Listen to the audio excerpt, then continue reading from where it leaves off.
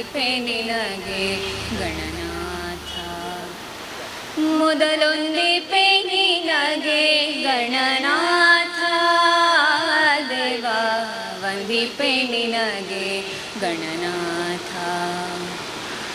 ಬಂದ ವಿಘ್ನಗಳ ಕಳೆ ಗಣನಾಥ ದೇವ, ಬಂದ ವಿಘ್ನಗಳ ಕಳೆ ಗಣನಾಥ ದೇವ, ಬಂದ ವಿಘ್ನಗಳ ಕಳೆ ಗಣನಾಥ ದೇವ, ವಂದಿಪೆ ನಿನಗೆ ಗಣನಾಥ. ಕೀರ್ತನ ಶ್ರಾವ್ಯ ರೂಪಶ್ರೀಯವರಿಗೆ ಅಭಿವಂದನೆಗಳು.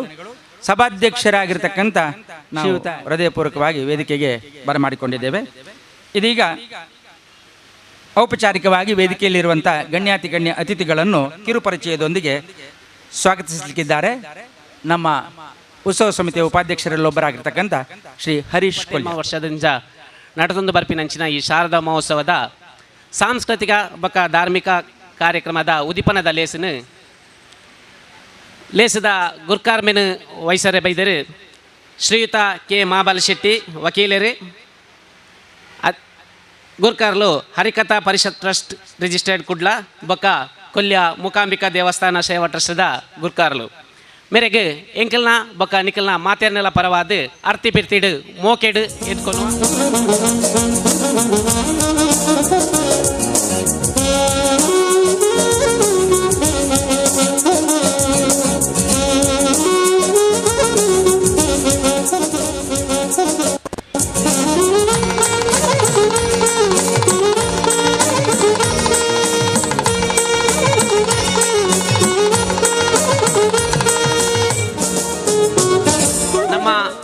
ಸಂಸ್ಕೃತಿ ಬೊಕ್ಕ ಧಾರ್ಮಿಕ ವಿಚಾರದ ಬಗ್ಗೆ ಪೊಲಬು ಕೊರಿಯರೆ ಇನಿ ಎಂಕಲ್ನ ಲೇಸಿಗೆ ಉಪನ್ಯಾಸ ಕೊರಿಯರೆ ಬೈದರು ಶ್ರೀಯುತ ಪ್ರಕಾಶ್ ಮಲ್ಪೆ, ಸಂಸ್ಥಾಪಕರು ಸಂವೇದನಾ ಫೌಂಡೇಶನ್ ಟ್ರಸ್ಟ್ ಉಡುಪಿ. ಮೇರೆಗೆಲ್ಲ ಎಂಕಲ್ನ ಬೊಕ್ಕ ನಿಕಲ್ನ ಮಾತೇರ್ನೆಲ್ಲ ಪರವಾರ್ದು ಅರ್ತಿ ಪಿರ್ತಿಡು ಸ್ವಾಗತವನ್ನು ಮಂತನು.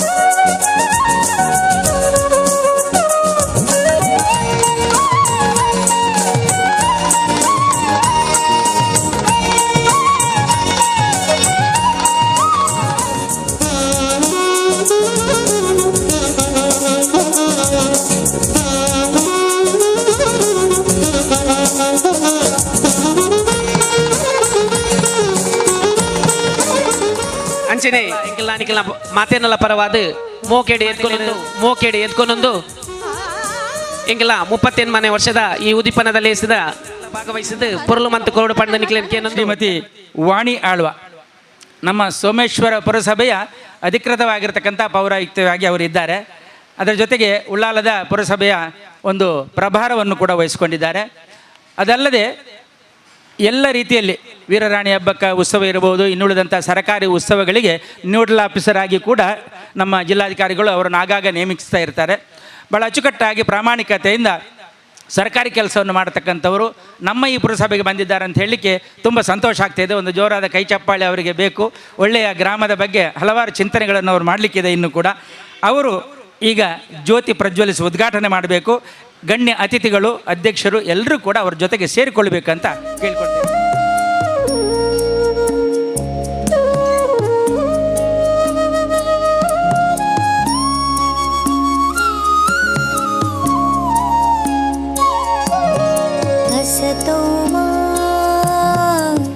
ಸದ್ಗಮಯ ತಮಸೋ ಮಾ ಜ್ಯೋತಿರ್ಗಮಯ ಮೃತ್ಯೋರ್ಮಾಮೃತಂ ಗಮಯ. ಓಂ ಶಾಂತಿ ಶಾಂತಿ ಶಾಂತಿ. ಅಸತೋ ಮಾ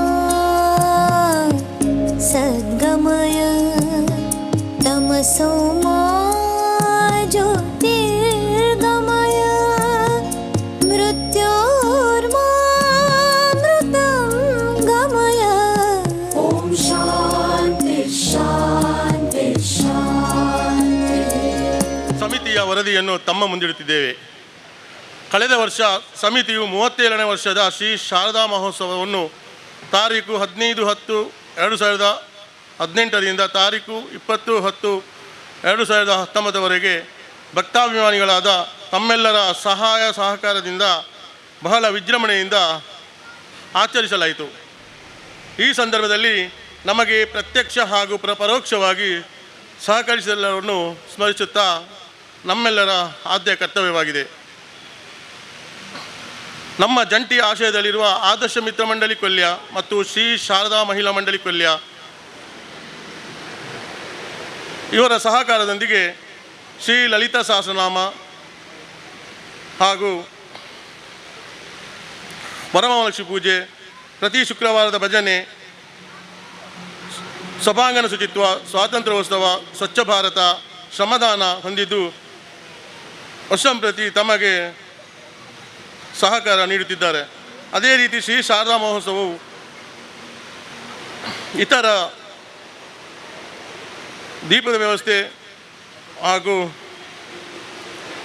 ಸಬ್ಜಚಿತ್ರ ಹುಲಿವೇಷ ಸಹಕಾರದೊಂದಿಗೆ ಕೊಲ್ಯದ ಸಂಗಮ್ ಫ್ರೆಂಡ್ಸ್ ಕೊಲ್ಯ, ಕುಲಾಲ ಸಂಘ, ಬಿಲ್ಲವ ಸಮಾಜ ಸಂಘ, ಶ್ರೀರಾಮ ಫ್ರೆಂಡ್ಸ್ ಕುಲ ಸಂಘ, ಗೆಳೆಯರ ಬಲಗ ಕನೀರ್ ತೋಟ, ಗೆಳೆಯರ ಬಲಗ ಮಲಯಾಳ ಕೋಡಿ, ಶಿವಾಜಿ ಫ್ರೆಂಡ್ಸ್ ಕೊಲ್ಯ, ಸ್ಕೈಬರ್ಸ್ ಕೊಲ್ಯ, ಓಷನ್ ಗೈಸ್ ಕೊಲ್ಯ, ಶ್ರೀಕೃಷ್ಣ ಘಟಕ ದ್ವಾರಕನಗರ, ವಾಹನ ಚಾಲಕರು ಮತ್ತು ಮಾಲಕರು ಕೋಟೆಕಾರು, ಗೆಳೆಯರ ಬಲಗ ಎಜೆ ಕಾಂಪೌಂಡ್ ಕೊಲ್ಯ, ಅಯ್ಯಪ್ಪ ಭಕ್ತ ವೃಂದ ಕೊಲ್ಯ, ಕೇಸರಿ ಮಿತ್ರವೃಂದ ಕುಂಪಲ, ಸಾರ್ವಜನಿಕ ಗಣೇಶೋತ್ಸವ ಸಮಿತಿ ಬೀರಿ, ABC ಚೈತನ್ಯ ಗೆಳೆಯರ ಬಲಗ ಅರ್ಕ, Someshwara beach friend, SFC games team Someshwara, Hindu Jagarana Vedike friends Kolya, Hindu Jagarana Vedike friends Talapady, ಹಾಗೆಯೇ ಪ್ರತ್ಯಕ್ಷ ಹಾಗೂ ಪರೋಕ್ಷವಾಗಿ ಸಹಕರಿಸಲರಿಗೂ ನಾವು ಆಭಾರಿಯಾಗಿರ್ತೇವೆ. 1994ರಲ್ಲಿ ನಾನು ಮದುವೆಯಾಗಿ ಬಂದದ್ದು ಸೋಮೇಶ್ವರ ಗ್ರಾಮಕ್ಕೆ. ಅಂದಿನಿಂದ ಸುಮಾರು ವರ್ಷಗಳಷ್ಟು ನಾನು ಸೋಮೇಶ್ವರ ಗ್ರಾಮದಲ್ಲಿ ಒಬ್ಬ ಗ್ರಾಮಸ್ಥೆಯಾಗಿ ಇದ್ದುಕೊಂಡು ಕಳೆದ 13 ವರ್ಷಗಳ ಹಿಂದೆ ಅಷ್ಟೇ ನಾನು ಮಂಗಳೂರಿಗೆ ನನ್ನ ವಾಸಸ್ಥಾನವನ್ನು ಬದಲಾಯಿಸಿದ್ದು. ಹೀಗಾಗಿ ಸೋಮೇಶ್ವರ ನನ್ನ ಪಾಲಿಗೆ ಅತ್ಯಂತ ಒಂದು ಪುಣ್ಯ ಸ್ಥಳ. ಈ ಸ್ಥಳದಲ್ಲಿ ಮತ್ತೊಮ್ಮೆ ಮುಖ್ಯಾಧಿಕಾರಿಯಾಗಿ ಕರ್ತವ್ಯ ನಿರ್ವಹಿಸುವಂಥ ಭಾಗ್ಯ ಕಳೆದೆರಡು ತಿಂಗಳ ಹಿಂದೆ ಮುಖ್ಯಾಧಿಕಾರಿಯಾಗಿ ನಾನು ಅಧಿಕಾರವನ್ನು ವಹಿಸಿಕೊಂಡಿದ್ದೇನೆ. ತಮ್ಮೊಂದಿಗೆ ನಾನು ಈ ಸಂದರ್ಭದಲ್ಲಿ ಕೇಳಿಕೊಳ್ಳೋದಿಷ್ಟೇ, ಒಬ್ಬ ಅಧಿಕಾರಿಯಾಗಿರದೆ ತಮ್ಮೆಲ್ಲರ ಕಷ್ಟ ಸುಖಗಳಿಗೆ ಸ್ಪಂದಿಸುವ ಅಧಿಕಾರಿಯಾಗಿ ನಾನು ಕರ್ತವ್ಯ ನಿರ್ವಹಿಸ್ತೇನೆ ಅಂತ ಹೇಳಲಿಕ್ಕೆ ಖಂಡಿತ ಇಚ್ಛೆ ಪಡ್ತೇನೆ. ಹಾಗೆಯೇ 38 ವರ್ಷಗಳ ಕಾಲ ಸುದೀರ್ಘವಾಗಿ ಧಾರ್ಮಿಕ ಕಾರ್ಯಕ್ರಮಗಳೊಂದಿಗೆ ಸಾಮಾಜಿಕ ಕಾರ್ಯಕ್ರಮಗಳನ್ನು ಕೂಡ ಹಮ್ಮಿಕೊಂಡು ಬಂದು ಈ ಪ್ರದೇಶದಲ್ಲಿ ಒಂದು ಅತ್ಯುತ್ತಮ ಕಾರ್ಯಕ್ರಮಗಳನ್ನು ನಿರ್ವಹಿಸ್ತಾ ಇರುವಂಥ ಈ ಶಾರದಾ ಮಹೋತ್ಸವ ಸಮಿತಿ ಹಾಗೂ ಶಾರದಾ ಸೇವಾ ಟ್ರಸ್ಟ್ ಇವರಿಗೆ ನಾನು ಅಭಿನಂದನೆಯನ್ನು ಹೇಳಲಿಕ್ಕೆ ಇಚ್ಛೆಪಡ್ತೇನೆ.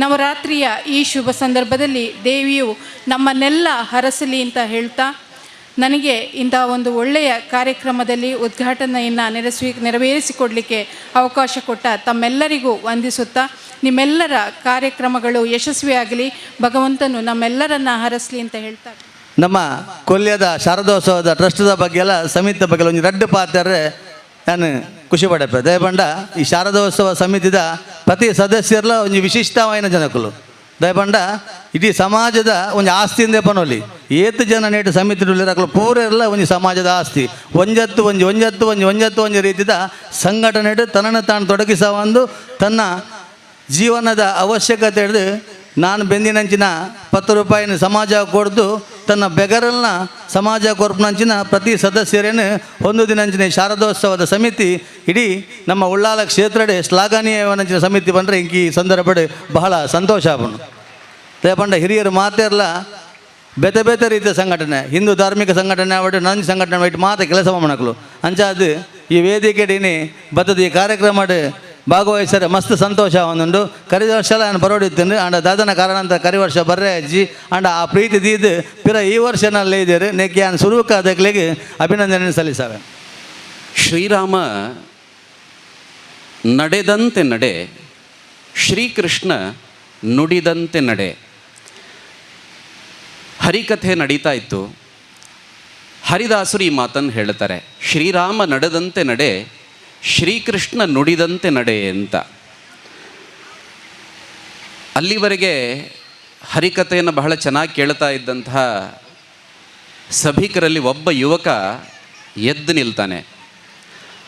ಹರಿದಾಸರಿಗೆ ಕೇಳುತ್ತಾನೆ, ಹರಿದಾಸರನ್ನು ಸ್ವಲ್ಪ ಚೇಂಜ್ ಮಾಡ್ಕೊಳ್ಳಿ, ನೀವು ಹೇಳಿದಂಥ ಸಂಗತಿ ರಾಮ ನಡೆದಂತೆ ನಡೆ ಅಂತ ಹೇಳುವಾಗ ಅದು ಯಾರು ಬುದ್ಧಿ ಇದ್ದವ್ರು ಮಾಡೋ ಕೆಲಸ ಅಲ್ಲ ಅದು.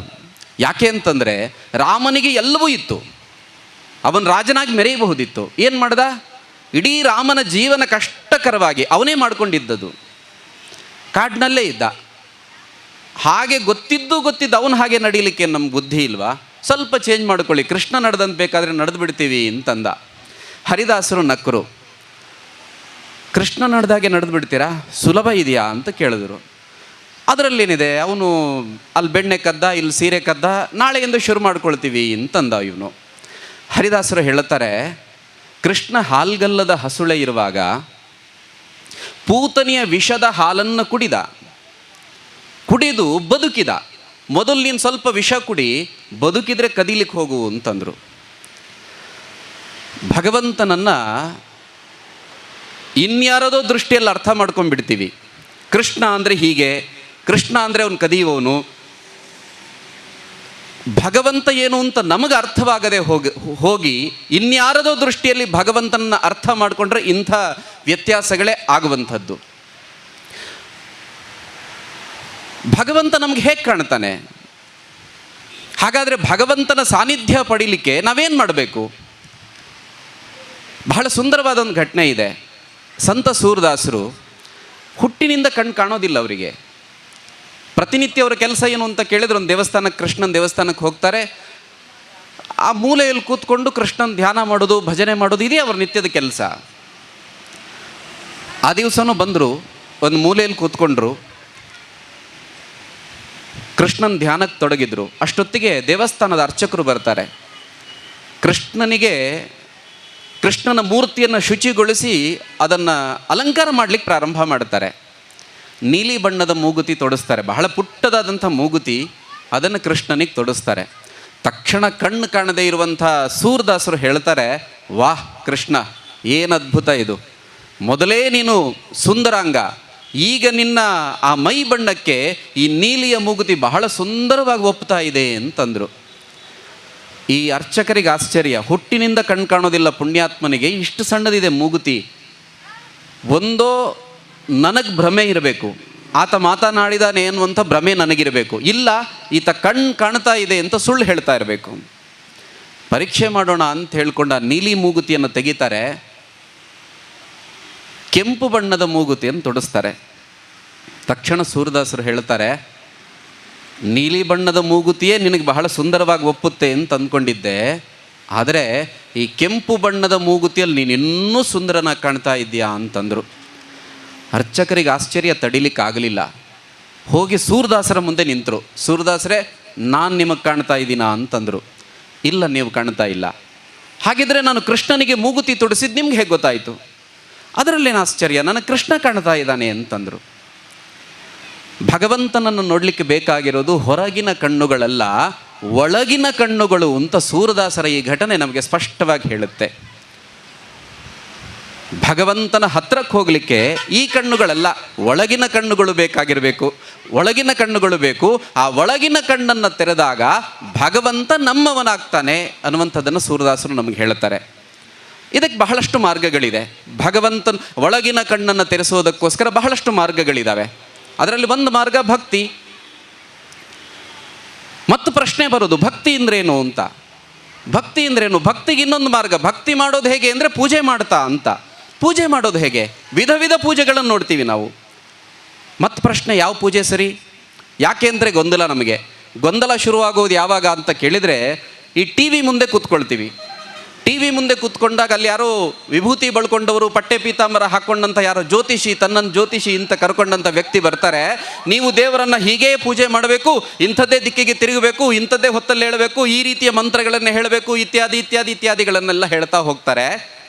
ನಮಗನ್ನಿಸುತ್ತೆ, ಓ ಇದನ್ನೆಲ್ಲ ಮಾಡಿದರೆ ಮಾತ್ರ ಭಗವಂತ ನಮ್ಮವನಾಗ್ತಾನೆ, ಹಾಗಾಗಿ ನಮಗೂ ಇದಕ್ಕಾಗಿ ಬರೋದಿಲ್ವೇನೋ, ಭಗವಂತ ನಮ್ಮ ಹತ್ರಕ್ಕೆ ಬರಲಿಕ್ಕೆ ಸಾಧ್ಯ ಇಲ್ವೇನೋ ಅನ್ನುವಂಥ ಭ್ರಮೆ ನಮಗೆ ಬರಲಿಕ್ಕೆ ಶುರುವಾಗುತ್ತೆ. ಇದರ ಜೊತೆಗೆ ಈ ಟಿ ವಿ ಜ್ಯೋತಿಷಿಗಳ ಜೊತೆಗೆ ನಮ್ಮಲ್ಲಿ ಭ್ರಮೆ ಹುಟ್ಟಿಸುವಂಥವ್ರು ಇನ್ನೊಂದಷ್ಟು ಜನ ಇದ್ದಾರೆ. ಅವರಾಗಿ ಭಗವಂತನ ನಂಬುವವರಲ್ಲ ಅವರು ನಾಸ್ತಿಕರು. ನಾವು ಹೋಗ್ತಾ ಇರ್ತೀವಿ ಭಗವಂತನ ಹತ್ರ ಪೂಜೆ ಮಾಡಲಿಕ್ಕೋ ಇತ್ಯಾದಿಗೆ ಯಾವುದಕ್ಕೆ ಹೋಗ್ತಾ ಇರ್ತೀವಿ, ಅರ್ಧ ದಾರಿಯಲ್ಲಿ ನಿಲ್ಲಿಸ್ತಾರೆ. ನಾವು ಹೋಗ್ತಾ ಇರೋದು ಭಗವಂತನಿಗೆ ಹಣ್ಣು ಕಾಯಿ ಮಾಡೋಣ ಅಂತ ಕೈಯಲ್ಲಿ ಹಣ್ಣು ಕಾಯಿ ಇಟ್ಕೊಂಡು ಹೋಗ್ತಾ ಇರ್ತೀವಿ. ಆ ನಾಸ್ತಿಕ ಬರ್ತಾನೆ, ಅವನಿಗೆ ಯಾವುದರಲ್ಲೂ ನಿಷ್ಠೆ ಇಲ್ಲ, ಕಮ್ಮಿ ನಿಷ್ಠೆ ಇರುವವರು ಅಂತ ಹೇಳ್ತೀವಿ. ಅವನು ಅಡ್ಡ ಹಾಕಿ ಹೇಳ್ತಾನೆ, ಎಲ್ಲಿಗೆ ಹೋಗ್ತಾ ಇದ್ದೀರಿ? ಅದಕ್ಕೆ ಭಗವಂತನಿಗೆ ನಾವು ಹಣ್ಣು ಕಾಯಿ ಮಾಡ್ತಾ ಇದ್ದೀವಿ, ಇದನ್ನು ನೈವೇದ್ಯ ಇಡ್ತಾರೆ ಅಂತ. ಅವನು ನಗುತ್ತಾನೆ, ಭಗವಂತನಿಗೆ ಇದನ್ನೆಲ್ಲ ಇಡ್ತಾರ? ಭಗವಂತ ಇದನ್ನು ತಿಂತಾನ? ಸಾಧ್ಯನೇ ಇಲ್ಲ. ಯಾಕೆ ಅಂತಂದರೆ ಭಗವಂತನೇ ಇಲ್ಲ. ಯಾವತ್ತಾದರೂ ಭಗವಂತ ತಿಂದಿದ್ದನ್ನು ನೋಡಿದ್ದೀರಾ ನೀವು? ಖಂಡಿತ ಭಗವಂತ ತಿನ್ನೋದಿಲ್ಲ. ಯಾಕೆಂದರೆ ಭಗವಂತ ಇಲ್ಲ ಅಂತ ವ್ಯಕ್ತಿ ಹೇಳ್ತಾನೆ. ನಮಗೆ ಮನಸ್ಸಿನಲ್ಲಿ ಭ್ರಮೆ ಶುರುವಾಗುತ್ತೆ, ಹೌದಲ್ವಾ? ಸಣ್ಣಗಿನಿಂದ ನಾನು ಪ್ರಾರಂಭ ಮಾಡಿದ್ದೀನಿ. ಅಲ್ಲಿ ಹೋಗ್ತಾರೆ, ಹಣ್ಣು ಕಾಯಿ ಕೊಡ್ತೀವಿ ಅಥವಾ ನೈವೇದ್ಯವನ್ನು ಇಡ್ತೀವಿ, ಭಗವಂತ ತಿಂದದ್ದನ್ನು ಯಾರೂ ನೋಡಿಲ್ಲ. ಹಣ್ಣು ಕಾಯಿಗೆ ಅಂತ ಬಾಳೆಹಣ್ಣು ಕೊಟ್ಟಾಗಲೂ ಕೂಡ ಅಲ್ಲಿ ಅರ್ಚಕರು ಸ್ವಲ್ಪ ಸಿಪ್ಪೆ ಸುಲಿದು ಇಟ್ಬಿಡ್ತಾರೆ ಅಷ್ಟೇ. ಭಗವಂತ ತಿಂದಿದ್ದು ನಾವು ಯಾರೂ ನೋಡಿಲ್ಲ. ಹಾಗಿದ್ದರೆ ಈ ವ್ಯಕ್ತಿ ಹೇಳಿದ್ದು ಸರಿ ಇರಬಹುದೇನೋ ಅಂತ ನಮ್ಮ ಮನಸ್ಸು ತಿರುಗ್ಲಿಕ್ಕೆ ಪ್ರಾರಂಭ ಆಗುತ್ತೆ. ನಿಜಕ್ಕೂ ಭಗವಂತ ತಿನ್ನೋದಿಲ್ವಾ? ನಮಗೆ ನಾವು ಪ್ರಶ್ನೆ ಮಾಡಿಕೊಳ್ಬೇಕು. ಹಿಂದಿಯಲ್ಲೊಂದು ಸುಂದರವಾದ ಭಜನೆ ಇದೆ, ಕೋಯಿ ಕೆಹತಾ ಹೈ ಭಗವಾನ್ ಖಾತೆ ನಹಿ. ಮುಂದಿನ ಸಾಲಲ್ಲಿ ಹೇಳ್ತಾರೆ, ಭಗವಂತ ತಿಂತಾನೆ ಯಾವಾಗ ಅಂತಂದರೆ ದ್ರೌಪದಿಗೆ ತರಹ ತುಮ್ ಖಿಲಾತೆ ನಹಿ ಅಂತ. ಕ್ಷಮಿಸಿ, ಶಬರಿಗೆ ತರಹ ತುಮ್ ಖಿಲಾತೆ ನಹಿ ಅಂತ. ಶಬರಿ ರಾಮ ಬರ್ತಾನೆ ಅಂತ ಕಾಯ್ತಾ ಇದ್ಲು. ರಾಮನಿಗೋಸ್ಕರ ಹಣ್ಣುಗಳನ್ನು ಸಂಗ್ರಹ ಮಾಡ್ತಾಳೆ. ಬುಗುರಿ ಹಣ್ಣನ್ನು ಸಂಗ್ರಹ ಮಾಡಿದ್ದು ಮಾತ್ರವಲ್ಲ, ರಾಮನಿಗೆ ಸಿಹಿಯಾದದ್ದನ್ನೇ ಕೊಡಬೇಕು ಅಂತ ಒಂದೇ ಉದ್ದೇಶ. ಅದಕ್ಕೇನು ಮಾಡ್ತಾಳೆ? ಪ್ರತಿ ಹಣ್ಣನ್ನು ಕಚ್ಚುತ್ತಾಳೆ. ಸಿಹಿ ಇದ್ದದ್ದನ್ನು ರಾಮನಿಗೆ ಇಡ್ತಾಳೆ, ಕಹಿ ಇದ್ದದ್ದನ್ನು ಬಿಸಾಕ್ತಾಳೆ. ಅದರಲ್ಲಿ ಎಂಜಲಿದೆ ಅಂತ ಪಾಪ ಆಕೆಗೆ ಗೊತ್ತಿಲ್ಲ. ಆಕೆಗೆ ಒಂದೇ, ಸಿಹಿಯಾದದ್ದನ್ನು ರಾಮನಿಗೆ ಕೊಡ್ತೀನಿ ಅಂತ. ರಾಮ ಬಂದ, ಆ ಹಣ್ಣುಗಳನ್ನು ಸ್ವೀಕಾರ ಮಾಡಿದ. ಅದರಲ್ಲಿ ರಾಮನಿಗೆ ಶಬರಿಯ ಎಂಜಲು ಕಾಣಲಿಲ್ಲ. ಆಕೆಯ ಭಕ್ತಿ ಮತ್ತು ಪ್ರೀತಿ ಕಂಡಿತು. ಶಬರಿಗೆ ಶ್ರೀರಾಮ ಒಲಿದ. ಭಗವಂತನ ದರ್ಶನಕ್ಕೆ ಅಂತ ಹೋಗ್ತೀವಿ, ಮತ್ತೆ ಈ ನಿಷ್ಠೆ ಕಮ್ಮಿ ಇರುವವರು ಬರ್ತಾರೆ. ಭಗವಂತನನ್ನು ನಾವೆಲ್ಲ ಕೃಷ್ಣ ಬಾರೋ ಅಂತೆಲ್ಲ ಹಾಡ್ತಾ ಇರ್ತೀವಿ. ಅವ್ರು ಬಂದು ಹೇಳ್ತಾರೆ, ಕೃಷ್ಣ ಎಲ್ಲಿ ಬರ್ತಾನೆ? ಅವನು ಇಲ್ಲವೇ ಇಲ್ಲ ಅಂತ. ಕೋಯಿ ಕೆಹತಾ ಹೇ ಭಗವಾನ್ ಆತೇ ನಹಿ. ಅವನು ಬರೋದಿಲ್ಲ. ಭಗವಂತ ಬಂದಿಲ್ವಾ? ಬರ್ತಾನೆ. ಹೇಗೆ ಕರೀಬೇಕು ಅಂತ ಕೇಳಿದರೆ, ದ್ರೌಪದಿಗೆ ತರಹ ತುಮ್ ಭುಲಾತೆ ನಹಿ ಅಂತ. ದ್ರೌಪದಿಯ ವಸ್ತ್ರಾಭರಣ ಆಗ್ತಾ ಇರುವಂಥ ಸಂದರ್ಭದಲ್ಲಿ ದ್ರೌಪದಿ ಎರಡೂ ಕೈಯಲ್ಲಿ ಸೀರೆಯನ್ನು ಹಿಡ್ಕೊಳ್ತಾಳೆ.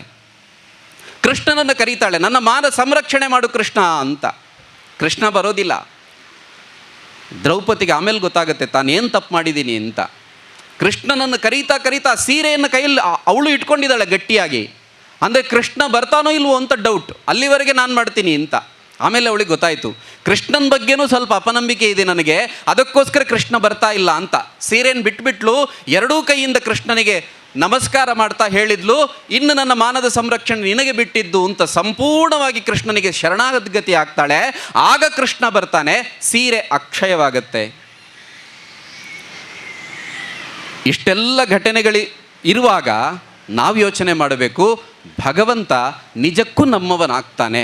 ಎಲ್ಲ ಘಟನೆಗಳನ್ನು ನೋಡಿ. ಕನಕದಾಸರು ಅವ್ರು ಯಾವುದೇ ಮಂತ್ರ ತಂತ್ರಗಳನ್ನು ಉಪಯೋಗ ಮಾಡಿಲ್ಲ. ಶುದ್ಧ ಭಕ್ತಿಯಿಂದ ನೆನೆದ್ರು. ಮಂತ್ರಗಳನ್ನು ಹೇಳುವಂಥವ್ರು ಒಳಗಿದ್ರು. ಇವರು ಮಂತ್ರ ಗೊತ್ತಿಲ್ಲದೆ ಹೊರಗಡೆ ಬಂದು ಬಾಗಿಲನ್ನು ತೆರೆದು ಸೇವೆಯನ್ನು ಕೊಡು ಹರಿಯೇ ಎಂದು ಭಕ್ತಿಯಿಂದ ಹಾಡಿದರು. ಕೃಷ್ಣ ತಿರುಗಿಬಿಟ್ಟ, ದರ್ಶನ ಕೊಟ್ಟ. ಒಬ್ಬ ಕುರುಬ ಕಾಳಿದಾಸ, ಆತನ ಮುಗ್ಧತೆಗೆ ದೇವಿ ಒಲಿತಾಳೆ. ಅವನೇನು ಮಂತ್ರತಂತ್ರಗಳನ್ನು ಉಪಯೋಗ ಮಾಡಿಲ್ಲ. ಅವನ ಮುಗ್ಧತೆಗೆ, ಪ್ರೀತಿಗೆ ದೇವಿ ಒಲಿತಾಳೆ.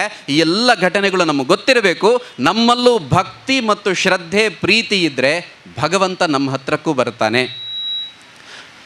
ಇಷ್ಟಕ್ಕೂ ನಾವು ಮಾಡುವಂಥ ಪೂಜೆ ಹೇಗಿರಬೇಕು ಅಂತ, ಯಾವ ರೀತಿ ಪೂಜೆ ಅಂತ ಕೇಳಿದರೆ, ನಮ್ಮ ಶಾಸ್ತ್ರದಲ್ಲೊಂದು ಸಾಲನ್ನು ಹೇಳ್ತಾರೆ, ಶಿವೋ ಭೂತ್ವ ಶಿವಂ ಯಜೇತ್ ಅಂತ. ಅಂದರೆ ನಾವು ಪೂಜೆ ಮಾಡಬೇಕಾದಾಗ ಹೇಗೆ ಮಾಡಬೇಕು ಅಂತ. ಶಿವೋಭೂತ್ವ ಶಿವಂ ಯಜೇತ್ ಅಂತಂದ್ರೆ ಏನು ಅಂತ ಕೇಳಿದರೆ, ನಾವು ಯಾವ ಶಕ್ತಿಯ ಮುಂದೆ ನಿಲ್ತೀವೋ, ನಮ್ಮ ಎದುರುಗಡೆ ದೇವರಿದ್ದಾರೆ, ಆ ಶಕ್ತಿ ಇದೆ, ಹೋಗಿ ನಿಲ್ತೀವಿ ಭಕ್ತಿಯಿಂದ. ಮುಂದೆ ಪ್ರಾರ್ಥನೆ ಮಾಡಬೇಕು ಏನು ಅಂತ ಕೇಳಿದರೆ, ಭಗವಂತ ನಾನೂ ಕೂಡ ನಿನ್ನ ಹಾಗೆ ಅದೇ ಶಕ್ತಿಯಾಗಿ ಬೆಳೆಯಬೇಕು ಅಂತ. ಎಷ್ಟು ಸುಂದರವಾಗಿದೆ ನೋಡಿ. ಉಳಿದೆಲ್ಲ ಮತಧರ್ಮಗಳಲ್ಲಿ ಹೇಗೆ ಅಂತಂದರೆ, ಒಬ್ಬನೇ ದೇವರು, ಅವನನ್ನು ಹೀಗೆ ಪೂಜೆ ಮಾಡಬೇಕು ಅಂತ ಫಿಕ್ಸ್. ನಮ್ಮಲ್ಲಿ ಹಾಗಿಲ್ಲ. ಕೋಟಿ ಕೋಟಿ ದೇವತೆಗಳಿದ್ದಾರೆ, ಅದರ ಮೇಲೆ ಹೇಳುತ್ತಾರೆ ನೀನೂ ದೇವರಾಗಬಹುದು ಅಂತ. ದೇವರ ಮುಂದೆ ಪ್ರಾರ್ಥನೆ ಮಾಡ್ತಾ ಮಾಡ್ತಾ ನಾನೂ ದೇವರಾಗಬೇಕು ಅಂತ. ಆ ರೀತಿಯ ಭಕ್ತಿಯೇ ಶ್ರೇಷ್ಠವಾದದ್ದು ಅಂತ ನಮ್ಮ ಶಾಸ್ತ್ರದಲ್ಲಿ ಉಲ್ಲೇಖ ಇರುವಂಥದ್ದು. ನೀವು ಶಿವನ ಮುಂದೆ ನಿಂತರೆ ನಾನೂ ಶಿವನ ರೀತಿಯ ಶಕ್ತಿವಂತನಾಗಬೇಕು ಅಂತ ಪ್ರಾರ್ಥನೆ ಮಾಡ್ಕೊಳ್ಬೇಕಂತೆ. ರಾಮನ ಮುಂದೆ ನಿಂತರೆ ನಾನೂ ರಾಮನ ರೀತಿಯಾಗಬೇಕು ಅಂತ. ಶಾರದೆಯ ಮುಂದೆ ನಿಂತರೆ ಆ ಶಾರದೆಯ ಆ ಜ್ಞಾನ ಸಂಪತ್ತು ನನ್ನದಾಗಬೇಕು ಅಂತ. ನಿಜಕ್ಕೂ ಈ ರೀತಿಯೇ ನಡೆದಿದ್ದರೆ ನಮ್ಮ ದೇಶದಲ್ಲಿ ಇವತ್ತೇನೋ ಒಂದು ಸ್ವಲ್ಪ ವ್ಯತ್ಯಾಸಗಳು ಕಾಣ್ತಾ ಇದೆ. ಆ ರೀತಿಯ ವ್ಯತ್ಯಾಸಗಳು ಖಂಡಿತ ಆಗ್ತಾ ಇರಲಿಲ್ಲ. ಶಿವರಾತ್ರಿ ಬರುತ್ತೆ, ಇಡೀ ದೇಶಾದ್ಯಂತ ಕೋಟ್ಯಾಂತರ ಮಂದಿ ಶಿವನ ಭಕ್ತರು ಶಿವನ ಪೂಜೆ ಮಾಡ್ತಾರೆ, ಉಪವಾಸ ಮಾಡ್ತಾರೆ, ಜಾಗರಣೆ ಮಾಡ್ತಾರೆ. ಇಷ್ಟೆಲ್ಲ ಶಿವನ ಭಕ್ತರಿದ್ದೂ ಕೂಡ ಇವತ್ತಿಗೂ ಶಿವನ ವಾಸಸ್ಥಾನ ಅಂತ ಕರೆಸಲ್ಪಡುವಂತಹ ಕಾಶಿಗೆ ಹೋದವರಿಗೆ ಗೊತ್ತಿರಬೇಕು, ಅಲ್ಲಿ ಶಿವನ ಜನ್ಮಸ್ಥಾನ ಕಾಶಿ ವಿಶ್ವನಾಥನ ಮಂದಿರ ನಮಗೆ ಕಾಣೋದಿಲ್ಲ. ಅಲ್ಲಿ ನಮಗೆ ಕಣ್ಣಿಗೆ ಕಾಣೋದು ಜ್ಞಾನವಾಪಿ ಮಸ್ಜಿದ್. ಅಂದರೆ ಶಿವನ ಆ ವಾಸಸ್ಥಾನ ಅದು ದಾಸ್ಯದಲ್ಲಿದೆ. ನಮಗೆ ನಾವೇ ಪ್ರಶ್ನೆ ಮಾಡ್ಕೊಳ್ಬೇಕಲ್ವ, ಇಷ್ಟೆಲ್ಲ ಕೋಟ್ಯಾಂತರ ಮಂದಿ ಶಿವನ ಭಕ್ತರಿದ್ದೂ ಕೂಡ ಇವತ್ತಿಗೂ ಕೂಡ ಶಿವನ ಆ ವಾಸಸ್ಥಾನ ದಾಸ್ಯದಲ್ಲಿದೆ ಅಂತಂದರೆ ನಾವು ಶಿವನ ಪೂಜೆ ಮಾಡಿ ಇಷ್ಟೆಲ್ಲ ಉಪವಾಸ ವ್ರತಗಳನ್ನು ಮಾಡಿ ಏನು ಕಾರಣ? ಇದಕ್ಕೆ ಯಾರು ಕಾರಣ ಅಂತ ಕೇಳಿದರೆ ನಾವುಗಳೇ ಕಾರಣ. ಯಾಕೆ ಅಂತಂದರೆ ದೇವರ ಮುಂದೆ ನಿಂತ್ಕೊಳ್ತೀವಿ, ಶಿವನ ಮುಂದೆ ನಿಂತ್ಕೊಂಡು ನನಗೇನು ಬೇಕು ಅಂತ ಮಾತ್ರ ಕೇಳ್ಕೊಂಡ್ವಿ. ನಾನು ನಿನ್ನ ಹಾಗೆ ಆಗಬೇಕು, ನಿನ್ನ ಹಾಗೆ ತ್ರಿಶೂಲವನ್ನು ಕೈಯಲ್ಲಿ ಹಿಡಿಬೇಕು ಅಂತ ನಾವು ಪ್ರಾರ್ಥನೆ ಮಾಡಿಕೊಳ್ಳಿಲ್ಲ. ನಾವು ಶಿವನಂತಾಗಬೇಕು ಅಂತ ಯೋಚನೆ ಮಾಡಲಿಲ್ಲ. ಶಿವನ ವಾಸಸ್ಥಾನ ಇವತ್ತಿಗೂ ದಾಸ್ಯದಲ್ಲಿದೆ. ಕೃಷ್ಣಾಷ್ಟಮಿ ಬಂದಾಗಂತ ಎಲ್ಲ ಮಕ್ಕಳಿಗೂ ಎಲ್ಲ ಮಕ್ಕಳು ಕೃಷ್ಣನ ವೇಷ ಹಾಕ್ಬಿಡ್ತೀವಿ. ಹೊರಗಡೆ ವೇಷ ಹಾಕ್ತೀವಿ, ಆ ಮಗು ಒಳಗಡೆಯಿಂದಲೂ ಕೃಷ್ಣ ಆಗಬೇಕು ಅಂತ ಎಷ್ಟು ತಾಯಂದರು ಯೋಚನೆ ಮಾಡ್ತಾರೆ. ಕೆಲ ವರ್ಷದ ಹಿಂದೆ ಕೃಷ್ಣನ ಜನ್ಮಸ್ಥಾನ ಮಥುರೆಗೆ ಹೋಗುವಂಥ ಒಂದು ಅವಕಾಶ ಸಿಕ್ತು. ಅಲ್ಲಿಗೆ ಹೋದ್ವಿ. ಆ ದೇವಸ್ಥಾನದ ಒಳಗೆ ಹೋದಾಗ ಅರ್ಚಕರು ಹೇಳಿದರು, ಇದು ಕೃಷ್ಣ ಹುಟ್ಟಿದಂಥ ಜಾಗ. ಮೊದಲು ಇದು ಜೈಲು, ಕಂಸನ ಜೈಲಿದು. ಅಲ್ಲೇ ಭಗವಂತ ಹುಟ್ಟಿದ, ಈಗ ಅದು ಗರ್ಭಗುಡಿ ಅಂತ. ಎಷ್ಟು ಖುಷಿಯಾಗಿರಬೇಕು. ಭಗವಂತ ಹುಟ್ಟಿದಂಥ ಜಾಗದಲ್ಲಿ, ಅದೇ ಜಾಗದಲ್ಲಿ ನಾವಿದ್ದೀವಿ. ಬಹಳ ಆನಂದ ಆಯಿತು. ಪೂಜೆ ಮುಗಿಸ್ಕೊಂಡು ಹೊರಗಡೆ ಬಂದು ತಿರುಗಿ ಆ ಗರ್ಭಗುಡಿ ನೋಡುವಾಗ ಗರ್ಭಗುಡಿಯ ಮೇಲೆ ಗುಂಬಸ್ಗಳಿದ್ದಾವೆ. ಆ ಕೃಷ್ಣನ ಜನ್ಮಸ್ಥಾನವೂ ದಾಸ್ಯದಲ್ಲಿದೆ. ಒಂದು ಸಲ ನಮ್ಮ ಮಗುವಿಗೆ ಕೃಷ್ಣನ ವೇಷ ಹಾಕುವಾಗ ಕಲ್ಪನೆ ಮಾಡ್ಕೊಳ್ಳೋಣ, ಇಷ್ಟೆಲ್ಲ ಕೃಷ್ಣನ ವೇಷ ಹಾಕಿಯೂ ಕೂಡ ಕೃಷ್ಣನ ಜನ್ಮಸ್ಥಾನ ದಾಸ್ಯದಲ್ಲಿದೆ ಅಂತಂದರೆ ಅದಕ್ಕೆ ನಾವುಗಳೇ ಕಾರಣ. ಹೊರಗಡೆ ಮಾತ್ರ ವೇಷ ಹಾಕಿದ್ವಿ, ಅಥವಾ ಕೃಷ್ಣನ ಮುಂದೆ ನಿಂತ್ಕೊಂಡಾಗ ನನಗೇನು ಬೇಕು ಅಂತ ಮಾತ್ರ ಕೇಳ್ಕೊಂಡ್ವಿ ಹೊರತು ನಾನು ಕೃಷ್ಣನ ಹಾಗೆ ಆಗಬೇಕು, ಕೃಷ್ಣನ ಹಾಗೆ ಸುದರ್ಶನ ಚಕ್ರವನ್ನು ಕೈಯಲ್ಲಿ ಹಿಡಿಬೇಕು ಅಂತ ನಾವು ಕಲ್ಪನೆ ಮಾಡಿಕೊಳ್ಳಿಲ್ಲ. ಹಾಗಾಗಿ ಇವತ್ತಿಗೂ ಕೃಷ್ಣನ ಜನ್ಮಸ್ಥಾನ ಅದು ದಾಸ್ಯದಲ್ಲಿದೆ. ರಾಮನ ಭಕ್ತರು ಕೋಟ್ಯಾಂತರ ಮಂದಿ, ಭಾರತದಲ್ಲಿ ಮಾತ್ರವಲ್ಲ ವಿದೇಶದಲ್ಲೂ ರಾಮನ ಭಕ್ತರಿದ್ದಾರೆ. ಆ ರಾಮನ ಜನ್ಮಸ್ಥಾನದ ಕಥೆಯೆಂದು ನಮಗೆ ಗೊತ್ತೇ ಇದೆ, ಅದೂ ಕೂಡ ದಾಸ್ಯದಲ್ಲಿದೆ. ಕಾರಣ ಇಷ್ಟೇ, ರಾಮನವಮಿ ಬಂದಾಗಲೂ ನಮ್ಮ ಪೂಜೆ ನಮಗೇನು ಬೇಕು ಅಂತ ಮಾತ್ರ ಕೇಳಿಕೊಳ್ಳುವಷ್ಟಕ್ಕೆ ಸೀಮಿತ ಆಗಿಬಿಡುತ್ತೆ ಹೊರತು ನಾನೂ ರಾಮನಾಗಬೇಕು, ರಾಮನಂತೆ ಕೋದಂಡವನ್ನು ಕೈಯಲ್ಲಿ ಹಿಡಿಬೇಕು ಅಂತ ನಾವು ಪ್ರಾರ್ಥನೆ ಮಾಡಿಕೊಳ್ಳಿಲ್ಲ. ಹಾಗಾಗಿ ಇವತ್ತಿಗೂ ರಾಮನ ಜನ್ಮಸ್ಥಾನ ಅದು ದಾಸ್ಯದಲ್ಲಿದೆ. ಮೊನ್ನೆ ತಾನೇ ಗಣೇಶೋತ್ಸವ ಬಂದು ಹೋಯಿತು. ಇವತ್ತಿನ ಗಣೇಶೋತ್ಸವವನ್ನು ಪ್ರಾರಂಭ ಮಾಡಿದಂಥ ತಿಲಕರ ಉದ್ದೇಶ ಏನಿತ್ತೋ ಅದನ್ನು ಚಿಂದಿ ಚೂರು ಮಾಡುವಂಥ ವ್ಯತ್ಯಾಸಗಳೆಲ್ಲವೂ ಇವತ್ತು ಕಾಣ್ತಾ ಇದೆ. ಹೇಗೆ ಗಣೇಶೋತ್ಸವ ಅಂತ ಕೇಳಿದರೆ ಇಲ್ಲೊಂದು ಪೆಂಡಾಲ್ ಆಗುತ್ತೆ, ಅಲ್ಲೊಂದು ಪೆಂಡಾಲ್ ಇದೆ. ಈ ಪೆಂಡಾಲ್ನ ಅವ್ನು ಯೋಚನೆ ಮಾಡೋದು, ಅವ್ನ ಪೆಂಡಾಲ್ಗಿಂತ ದೊಡ್ಡದು ನಂದಾಗಬೇಕು ಅಂತ. ಇವನ ಗಣಪತಿ 3 ಫೀಟ್ ಆದರೆ ನಂದು 6 ಫೀಟ್ ಆಗಬೇಕು ಅಂತ. ಈ ರೀತಿ ಕಾಂಪಿಟೀಷನ್ ಇದೆಯೇ ಹೊರತು ನಿಜವಾದ ಉದ್ದೇಶ ಮರೀತಾ ಹೋಗ್ತಾ ಇದ್ದೀವಿ. ಒಬ್ಬ ಯೋಗೇಶ್ ಮಾಸ್ಟರ್ ಅನ್ನತಕ್ಕಂಥ ಒಂದು ಗ್ರಂಥ ಬರೆದ. ಅದರಲ್ಲಿ ಆ ಗ್ರಂಥದಲ್ಲಿ ಒಂದು ಪುಸ್ತಕ, ಅದು ಆ ಪುಸ್ತಕದಲ್ಲಿ ಅವನು ಗಣಪತಿಯನ್ನು ದರೋಡೆಕೋರ ಅಂತ ಬರೆದ. ಇತ್ತೀಚೆಗೆ ಕೆಲವು ವರ್ಷದ ಹಿಂದೆ ಅಷ್ಟೇ, ತುಂಬ ಹಿಂದಿನ ಕಥೆ ಅಲ್ಲ ಇದು. ದರೋಡೆಕೋರ ಅಂತ ಬರೆದ, ಗಣಪತಿಯ ತಾಯಿ ಪಾರ್ವತಿಯನ್ನು ವೇಶ್ಯೆ ಅಂತ ಬರೆದ. ಆ ಪುಸ್ತಕ ಇವತ್ತಿಗೂ ನಿಮಗೆ ಸಿಗುತ್ತೆ, ಅದು ಬ್ಯಾನ್ ಆಗಿಲ್ಲ. ಅದನ್ನು ಬರೆದಂಥ ಯೋಗೇಶ್ ಮಾಸ್ಟರ್ ನಮ್ಮ ಕಣ್ಮುಂದೆ ತಿರುಗಾಡ್ತಾ ಇರ್ತಾನೆ. ಗಣಪತಿಯನ್ನು ಪೂಜೆ ಮಾಡುವಂಥ ನಾವುಗಳು ಯೋಚನೆ ಮಾಡೋಣ, ನಮ್ಮ ಪೂಜೆ ಎಷ್ಟು ದೊಡ್ಡದು ಅಂತ. ಪೂಜೆ ಮಾಡೋದು ಹೇಗೆ ಅಂತ ಕೇಳಿದರೆ ಅದನ್ನೇ ಶಾಸ್ತ್ರದಲ್ಲಿ ಹೇಳಿದ್ದು, ಯಾವ ಶಕ್ತಿಯ ಮುಂದೆ ನಿಲ್ತೀವೋ ಆ ಶಕ್ತಿಯೇ ನಾವಾಗಬೇಕು ಅಂತ ಪ್ರಾರ್ಥನೆ ಮಾಡಿಕೊಳ್ಳುವಂಥದ್ದೇ ನಿಜವಾದ ಪೂಜೆ ಅಂತ ನಮ್ಮ ಶಾಸ್ತ್ರದಲ್ಲಿ ಹೇಳಿದೆ. ಹಾಗಾಗಿ ಶಾರದೆಯ ಮುಂದೆ ನಿಂತ್ಕೊಳ್ತೀವಿ. ಶಾರದೆಯ ಮುಂದೆ ನಿಂತುಕೊಂಡಾಗ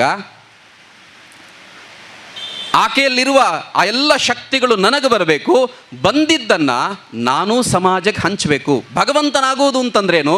ಯಾವ ದೇವರು ಕೂಡ ತನಗೋಸ್ಕರ ಏನೂ ಮಾಡಿಕೊಂಡಿಲ್ಲ. ದೇವರ ಕೆಲಸ ಏನು ಅಂತ ಕೇಳಿದರೆ ಸಮಾಜವನ್ನು ಉದ್ಧಾರ ಮಾಡೋದು, ಉಳಿದವರನ್ನು ಉದ್ಧಾರ ಮಾಡೋದು ಅಂತ. ತನಗೋಸ್ಕರ ಏನೂ ಯೋಚನೆ ಮಾಡದೆ ಹೋಗುವಂಥದ್ದೇ ದೈವತ್ವಕ್ಕೆ ಹೋಗೋದು ಅಂತ.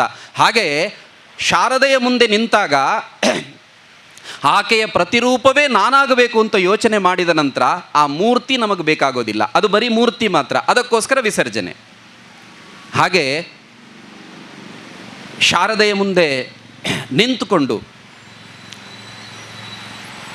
ಅವಳಲ್ಲಿರುವಂಥ ಎಲ್ಲ ವಿದ್ಯೆಗಳು ನನಗೆ ಬರಬೇಕು ಅಂತ ಪ್ರಾರ್ಥನೆ ಮಾಡಿಕೊಂಡು ಆ ವಿದ್ಯೆಯನ್ನು ನಾವು ಭರಿಸಿಕೊಂಡು ಸಮಾಜದಲ್ಲಿ ಎಲ್ಲಿ ಕುಂದು ಕೊರತೆಗಳಿದೆ ಅಲ್ಲಿ ಆ ವಿದ್ಯೆಯನ್ನು, ಆ ಜ್ಞಾನವನ್ನು ತುಂಬುವಂಥ ಕೆಲಸ ಅದು ನಿಜವಾದ ಶಾರದೆಯ ಪೂಜೆಯಾಗುತ್ತೆ ಅಂತ ಅದು ನನ್ನ ಒಂದು ಸಣ್ಣ ಅಭಿಪ್ರಾಯ. ಒಂದಷ್ಟು ಸಂಗತಿಗಳನ್ನು ಹೇಳಬೇಕು.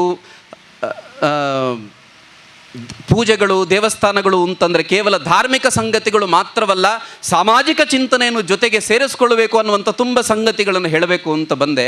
ಆದರೆ ನಿಮ್ಮ ವರದಿ ವಾಚನ ಕೇಳುವಾಗ ನೀವು ಆಗಲೇ ಆ ಕೆಲಸವನ್ನು ಪ್ರಾರಂಭ ಮಾಡಿ ಆಗಿದೆ. ಪೂಜೆ ಅನ್ನೋದು ಕೇವಲ ಧಾರ್ಮಿಕ ಇದಕ್ಕೆ ಮಾತ್ರ ಸೀಮಿತವಲ್ಲ, ಸಮಾಜಮುಖಿಯಾಗಿರಬೇಕು ಅನ್ನುವಂಥ ಚಿಂತನೆ ನಿಮ್ಮಲ್ಲಾಗಲೇ ಬಹಳ ದಟ್ಟವಾಗಿದೆ ಮತ್ತು ಅದನ್ನು ಮಾಡ್ಕೊಂಡು ಬಂದಿದ್ದೀರಿ.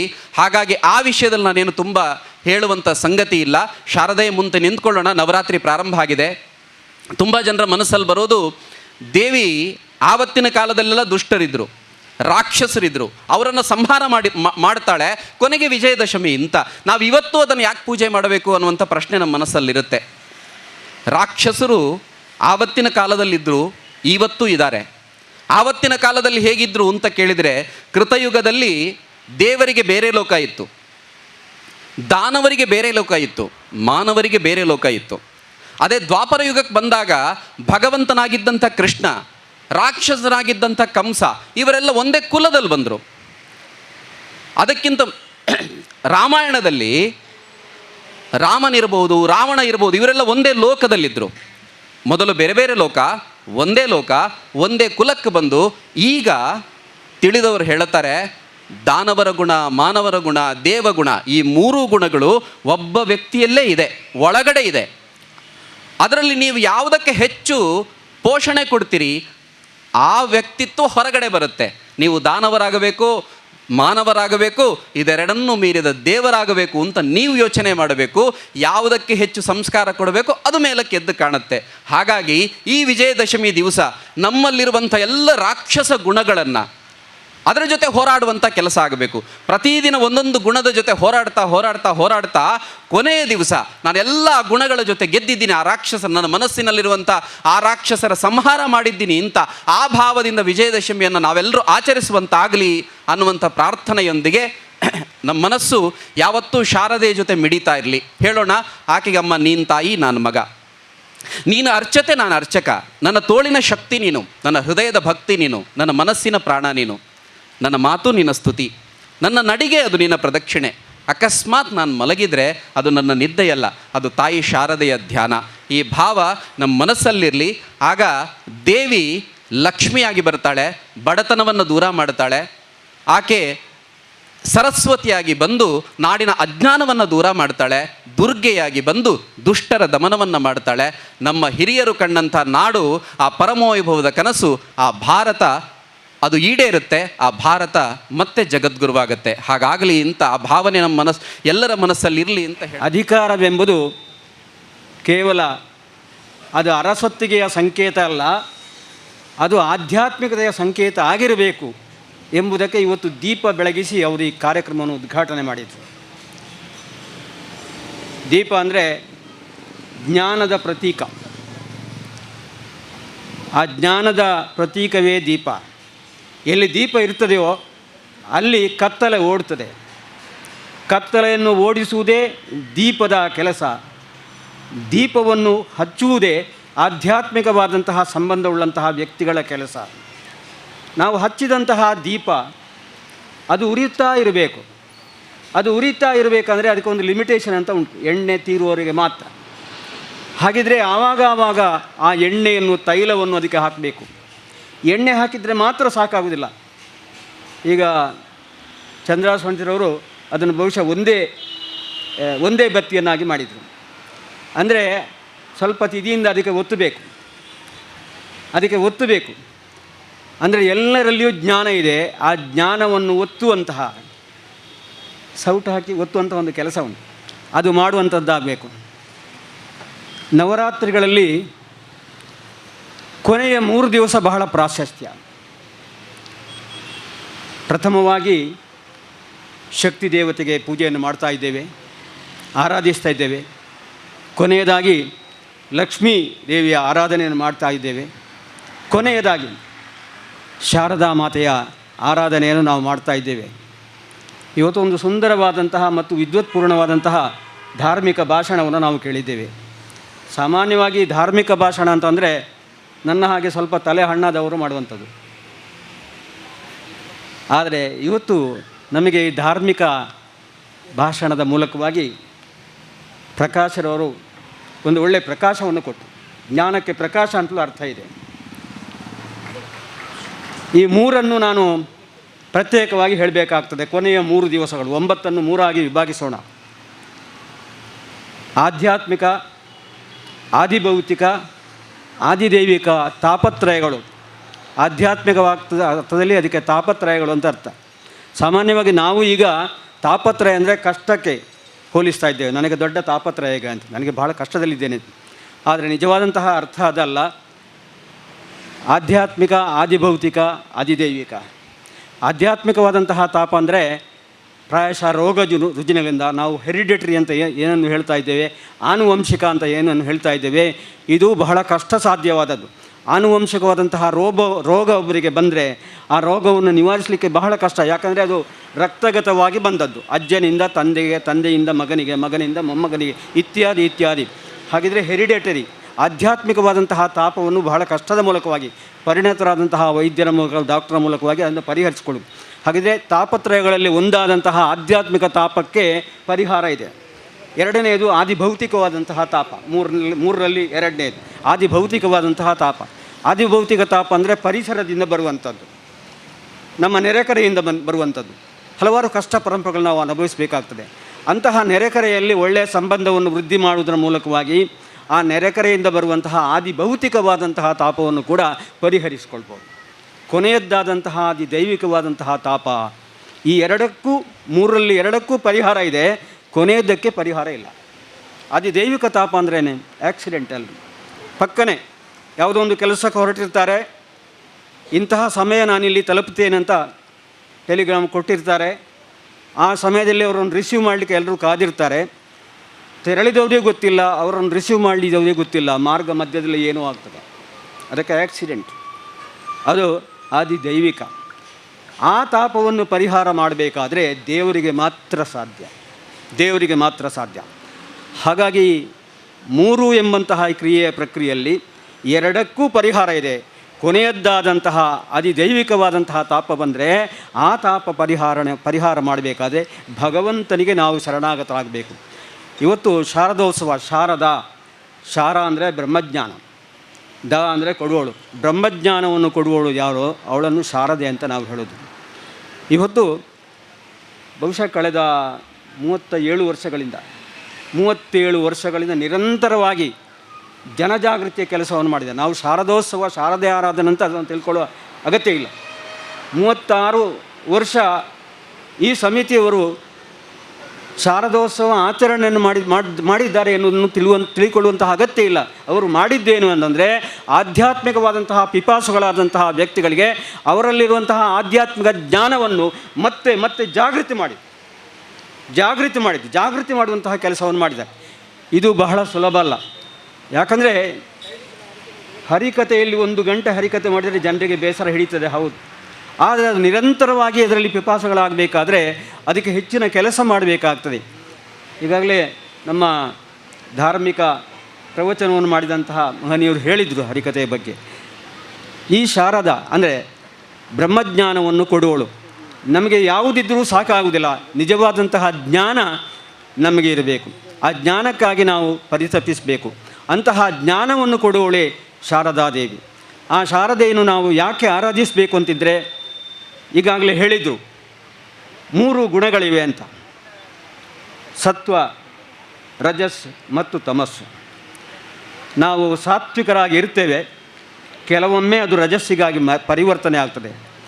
ಆದರೆ ಮತ್ತೆ ನಮ್ಮಲ್ಲಿರುವಂತಹ ತಮಸ್ಸು, ನಮ್ಮಲ್ಲಿರುವಂತಹ ಪಾಶವಿ ಶಕ್ತಿ, ನಮ್ಮಲ್ಲಿರುವಂತಹ ಪಶುತ್ವವನ್ನು ನಾವು ಜಾಡಿಸಬೇಕು. ಹಾಗಾಗಿ ಎಲ್ಲರಲ್ಲಿಯೂ ಕೂಡ ಈ ಮೂರು, ಮತ್ತೆ ನಾನು ಮೂರಕ್ಕೆ ಒತ್ತು ಕೊಡ್ತೇನೆ, ಎಲ್ಲರಲ್ಲಿಯೂ ಕೂಡ ಈ ಮೂರು ಗುಣಗಳು ಅಂತರ್ಗತವಾಗಿದೆ. ಆದರೆ ಸಾತ್ವಿಕರಾಗಿ ನಾವು ಬದುಕುವುದು, ರಾಜಸದಿಂದ ಸ್ವಲ್ಪ ಮುಂದೆ ಹೋಗುವುದು, ಅದಕ್ಕಿಂತಲೂ ಮುಂದೆ ಹೋಗಿ ನಾವು ನಮ್ಮಲ್ಲಿದ್ದಂತಹ ತಾಮಸ ಗುಣ ಏನಿದೆಯೋ ಅಂತಹ ತಾಮಸ ಗುಣಗಳನ್ನು ಜಾಡಿಸಿ ನಾವು ಸಾತ್ವಿಕತೆಯ ಹಂತಕ್ಕೆ ಮೇಲೆ ಏರಬೇಕು. ಹಾಗಾಗಿ ಇಂತಹ ಒಂದು ಕೆಲಸವನ್ನು ಉತ್ಸವ ಸಮಿತಿಗಳು, ಶಾರದೋತ್ಸವ ಸಮಿತಿಗಳು ಅಥವಾ ಬೇರೆ ಬೇರೆ ಗಣೇಶೋತ್ಸವ ಸಮಿತಿಗಳು ಇದನ್ನು ಮಾಡ್ತಾ ಇದ್ವಿ. ಜನರಲ್ಲಿ ಈಗಾಗಲೇ ಸುಪ್ತವಾಗಿದ್ದಂತಹ ಒಂದು ಮಗುವಿನಲ್ಲಿ ಒಳ್ಳೆಯ ಒಂದು ಯಾವುದಾದ್ರೂ ಪ್ರತಿಭೆ ಇರ್ತದೆ. ಅಂತಹ ಪ್ರತಿಭೆ ಅದು ಸುಪ್ತವಾಗಿರ್ತದೆ. ಆ ಪ್ರತಿಭೆ ಬೆಳಗಬೇಕಾದರೆ, ಅದು ಹೊರಗೆ ಬರಬೇಕಾದ್ರೆ ಅದಕ್ಕೆ ಯೋಗ್ಯವಾದಂತಹ ವಾತಾವರಣ, ಅದಕ್ಕೆ ಬೇಕಾದಂತಹ ಅನುಕೂಲತೆ ಇದನ್ನು ಕಲ್ಪಿಸಿಕೊಡಬೇಕು.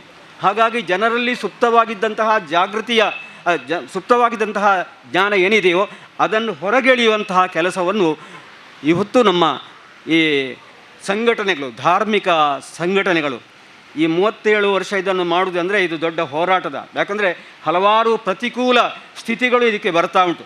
ಅದು ಆರ್ಥಿಕವಾಗಿರ್ಬೋದು, ಧಾರ್ಮಿಕವಾಗಿರ್ಬೋದು, ಇನ್ಯಾವುದೇ ರೀತಿಯಲ್ಲಿ ಬರ್ಬೋದು. ಅಂತಹ ಪ್ರತಿಕೂಲ ಪರಿಸ್ಥಿತಿಯನ್ನು ನಿಭಾಯಿಸಿಕೊಂಡು ಪ್ರವಾಹಕ್ಕೆ ಎದುರಾಗಿ ಈಜುವಂತಹ ಕೆಲಸವನ್ನು ಸಂಘಟನೆಗಳು ಇವತ್ತು ಮಾಡ್ತದೆ. ಯಾಕಂದರೆ ಒಂದು ಧಾರ್ಮಿಕ ಸಂಘಟನೆ ಕೆಲಸ ಮಾಡುವಂತಹ ಎಲ್ಲರಿಗೂ ಇದರ ಅನುಭವ ಆಗಿದೆ. 10 ಹಲವು ಅಡಚಣೆಗಳು, 10 ಹಲವು ದೋಷಗಳು, 10 ಹಲವು ಒತ್ತಡಗಳು ಇದಕ್ಕೆ ಬರ್ತಾ ಇದೆ. ಇವೆಲ್ಲವನ್ನು ನಿಭಾಯಿಸ್ಕೊಂಡು, ಇವೆಲ್ಲವನ್ನು ಅದುಮುತ್ತ ಅಲ್ಲಿ ಮೇಲೆ ಬರಬೇಕು.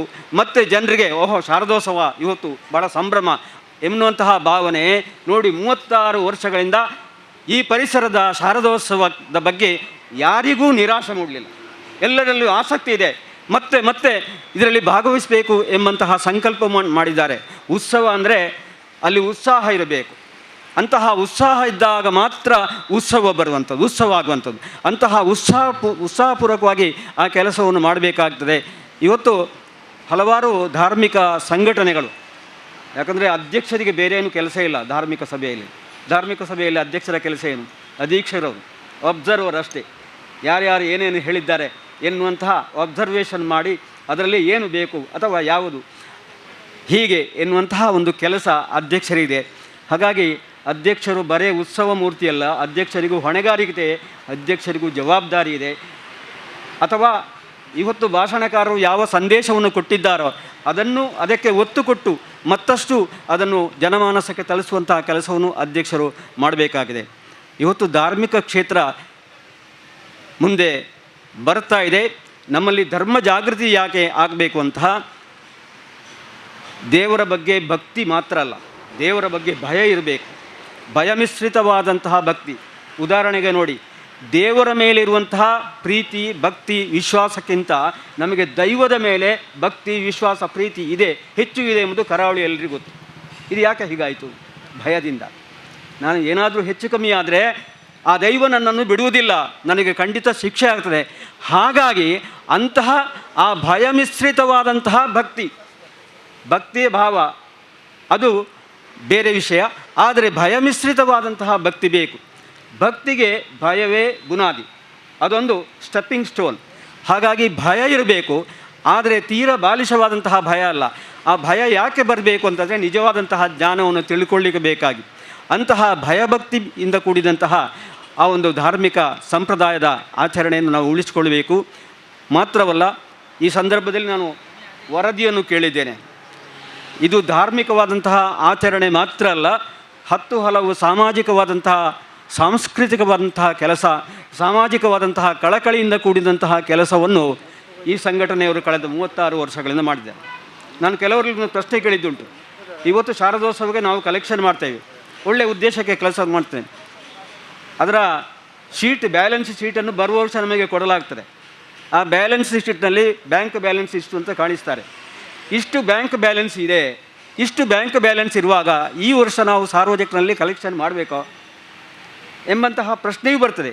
ಆದರೆ ಉತ್ತಮವಾದಂತಹ ಧಾರ್ಮಿಕ ಕೆಲಸಗಳಿಗಾಗಿ ಒಳ್ಳೆಯ ಉತ್ತಮವಾದಂತಹ ಕಾರ್ಯಕ್ರಮಗಳಿಗಾಗಿ ಒಳ್ಳೆಯ ಉದ್ದೇಶಕ್ಕೆ ಬೇಕಾಗಿ ನಾವು ಕಲೆಕ್ಷನ್ ಮಾಡಲೇಬೇಕಾದಂತಹ ಅಗತ್ಯವೂ ಇದೆ. ಹಾಗಾಗಿ ಧಾರ್ಮಿಕ ಸಂಘಟನೆಗಳು ಇವತ್ತು ಈ ಕೆಲಸವನ್ನು ಮಾಡ್ತಾ ಇವೆ. ಧಾರ್ಮಿಕ ಪ್ರಜ್ಞೆಯನ್ನು ಮೂಡಿಸಬೇಕಾದ್ರೆ ಬರೀ ವೇದಿಕೆ ಮೇಲಿನ ಉತ್ಸವ ಮಾತ್ರ ಅಲ್ಲ, ಭಾಷಣ ಮಾತ್ರ ಅಲ್ಲ, ಅದರೊಂದಿಗೆ ಸಾಂಸ್ಕೃತಿಕವಾದಂತಹ ಕಲಾ ಸಂಘಟನೆಗಳ ಮೂಲಕ ಸಾಂಸ್ಕೃತಿಕತೆ ಒತ್ತು ಕೊಡುವಂತಹ ಕೆಲಸವನ್ನು ಮಾಡಬೇಕಾಗ್ತದೆ. ಆದ್ದರಿಂದ ಈ ಶಾರದೋತ್ಸವ ಆಗಲಿ, ಗಣೇಶೋತ್ಸವ ಆಗಲಿ, ಯಾವುದೇ ಉತ್ಸವ ಆಗಲಿ, ಧಾರ್ಮಿಕ ಉತ್ಸವ ಆಗಲಿ, ಅದರೊಂದಿಗೆ ಸಾಂಸ್ಕೃತಿಕವಾದಂತಹ ಕಾರ್ಯಕ್ರಮ. ನಾನು ಹರಿಕಥಾ ಪರಿಷತ್ತಿನ ಅಧ್ಯಕ್ಷನಾಗಿ ಹೇಳುವಂತಹ ಮಾತು, ಒಂದು ಉತ್ಸವದಲ್ಲಾದರೂ ಕೂಡ ಒಂದು ಹರಿಕಥೆಯನ್ನು ಇಟ್ಟುಕೊಳ್ಳಿ. ಯಾಕೆ ಇಟ್ಟುಕೊಳ್ಬೇಕು ಅಂತ ನಾನು ಹೇಳ್ತೇನೆ. ಹರಿಕಥೆ ಎಂಬುದು ಪೌರಾಣಿಕವಾದಂತಹ ಮೀಡಿಯಾ, ಪುರಾಣದ ಮೀಡಿಯಾ ಮೂಲಕವಾಗಿ ಜನರಿಗೆ ತಿಳಿ ಹೇಳುವಂಥ, ಅಲ್ಲಿ ಒಂದು ಧರ್ಮದ ಸಾರ ಇದೆ. ಏನಪ್ಪ ಪುರಾಣ ಮಾತಾಡ್ತಾರೆ, ಸಾಕಪ್ಪ ಇವನ ಹರಿಕಥೆ ಅಂತ ನಾವು ಸಾಮಾನ್ಯವಾಗಿ ಕೇಳ್ತಾ ಇದ್ದೇವೆ. ಪುರಾಣದಲ್ಲಿ ವಿಶೇಷವಾದಂತಹ ಅಂಶಗಳಿದೆ. ಪೌರಾಣಿಕ ಪಾತ್ರದಲ್ಲಿ ಯಾವುದು, ಅದು ದುಷ್ಟ ಪಾತ್ರವಾಗಲಿ ಅಥವಾ ಶಿಷ್ಟ ಪಾತ್ರವಾಗಲಿ, ಆ ಪೌರಾಣಿಕವಾದಂತಹ ಪಾತ್ರದಲ್ಲಿ, ಪೌರಾಣಿಕವಾದಂತಹ ಭಾಗದಲ್ಲಿ ವಿಶೇಷವಾದಂತಹ ಸಾಮಾಜಿಕವಾದಂತಹ ಸಂದೇಶ ಇದೆ. ಸಾಮಾಜಿಕವಾದಂತಹ ಸಂದೇಶವನ್ನು ಪೌರಾಣಿಕದ ಕಥೆಯ ಮೂಲಕವಾಗಿ ನಾವು ಹೇಳಿದ್ವಿ. ಉದಾಹರಣೆಗಾಗಿ ಅವರು ಭಾಷಣಕಾರರು ಹೇಳಿದ್ದು, ಧಾರ್ಮಿಕ ಭಾಷಣ, ರಾಮನ ಬಗ್ಗೆ, ಕೃಷ್ಣನ ಬಗ್ಗೆ, ರಾಮನು ಹೀಗೆ ಮಾಡಿದರೆ, ಕೃಷ್ಣನು ಹೀಗೆ ಮಾಡಿದರೆ ಯಾವ ಸಂದೇಶ ಜನರಿಗೆ ಹೋಗ್ತದೆ ಎನ್ನುವುದು ತಿಳಿಸುವುದೇ ಹರಿಕಥೆ. ಯಾಕಂದರೆ ಅಲ್ಲಿ ಬರೇ ಮಾತಲ್ಲ, ಬರೇ ಉಪನ್ಯಾಸ ಅಲ್ಲ, ಬೇಕಾದಂತಹ ಸಂಗೀತ ಇದೆ. ಅಲ್ಲಿ ಆಶು ಕವಿತಾ ರಚನೆಯೂ ಗೊತ್ತಿರಬೇಕು ಹರಿದಾಸರಿಗೆ, ಸಮಾಜಕ್ಕೆ ಸಂದೇಶ ತರುವ. ಎಲ್ಲಕ್ಕಿಂತ ಮುಖ್ಯವಾಗಿ ಹರಿದಾಸರು ಧಾರ್ಮಿಕವಾದಂತಹ ಶುದ್ಧ ಚಾರಿತ್ರ್ಯ ಉಳ್ಳವರಾಗಬೇಕು. ಹರಿದಾಸರು ಹಾಕುವಂಥ ಕಚ್ಚೆ ದೊಡ್ಡದಲ್ಲ, ಆದರೆ ಶುದ್ಧ ಚಾರಿತ್ರ್ಯ ಉಳ್ಳಂತಹ ವ್ಯಕ್ತಿಗಳಿಂದಲೇ ಉಪನ್ಯಾಸ, ಧಾರ್ಮಿಕ ಪ್ರವಚನ ಮತ್ತು ಹರಿಕಥೆ ಇತ್ಯಾದಿಯನ್ನು ಆಗಬೇಕು. ಈ ಭಾವನೆಯನ್ನು ಜನರಲ್ಲಿ ಮೂಡಿಸುವಂಥದ್ದು ಸದಾಕಾಲವೂ ಕೂಡ ಯಾವುದೇ ತೇಪೆಯನ್ನು ಹಾಕದೆ ನಿಚ್ಚಳವಾಗಿ ನಮ್ಮ ಮನಸ್ಸಲ್ಲಿ, ಹೌದು ನಾನು ಇದಕ್ಕಾಗಿ ಏನಾದರೂ ದುಡಿಬೇಕು, ನಾನು ಕಾಶ್ಮೀರ ಪ್ರವಾಸಿನಿಯಾದಂತಹ ಆ ಶಾರದೆಯ ಸ್ಥಾನವನ್ನು ನಾನು ಉಳಿಸಿಕೊಳ್ಬೇಕು. ಆದಿಶಂಕರಾಚಾರ್ಯರು ಅಂತಹ ದಿವ್ಯ ಪೀಠವನ್ನು ಅಲಂಕರಿಸಿದವರು. ಇಂತಹ ಶಾರದಾ ಮಾತೆಯ ಆರಾಧನೆಯಿಂದ ನಮಗೆ ಜ್ಞಾನ ವೃದ್ಧಿಯಾಗುತ್ತದೆ. ಶಾಲೆಯಲ್ಲಿ ಹೋಗಿ ಕಲಿಯುವುದು ಮಾತ್ರ ಮುಖ್ಯವಲ್ಲ, ಓದುವುದು ಮಾತ್ರ ಮುಖ್ಯ ಅಲ್ಲ, ಪುಸ್ತಕಕ್ಕೆ ಪೂಜೆ ಮಾಡುವುದು ಮಾತ್ರ ಮುಖ್ಯವಲ್ಲ. ಆ ಪುಸ್ತಕಕ್ಕೆ ಪೂಜೆ ಮಾಡಿದ ನಂತರ ಆ ಪುಸ್ತಕದಲ್ಲಿದ್ದಂತಹ ವಿಷಯವನ್ನು ಮನನ ಮಾಡಬೇಕು. ಈ ಮನನ ಮಾಡಬೇಕಾದ್ರೆ ಜ್ಞಾನ ಬೇಕು. ಜ್ಞಾನದ ಅಧಿದೇವತೆಯೇ ಶಾರದೆ. ಅಂತಹ ಶಾರದಾ ಪೂಜೆಯನ್ನು ಮಾಡುವುದರ ಮೂಲಕವಾಗಿ ನಿಜವಾಗಿಯೂ ನಮ್ಮ ಆಧ್ಯಾತ್ಮಿಕವಾದಂತಹ ನಮ್ಮ ಜೀವನ ಶೈಲಿಯಲ್ಲಿ ಅದು ಬದಲಾವಣೆ ಆಗ್ತದೆ. ಒಂದು ಜೀವನ ಶೈಲಿ ಬದಲಾವಣೆ ಆಗಬೇಕು. ಆ ಜೀವನ ಶೈಲಿಯನ್ನು ಬದಲಾಯಿಸುವಂತಹ ಕೆಲಸ ಇಂತಹ ಉತ್ಸವಗಳಿಂದ ಆಗುತ್ತಾ ಇದೆ. ನಿಜವಾಗಿ ಬಹಳ ಸಂತೋಷವಾಗ್ತಾ ಇದೆ.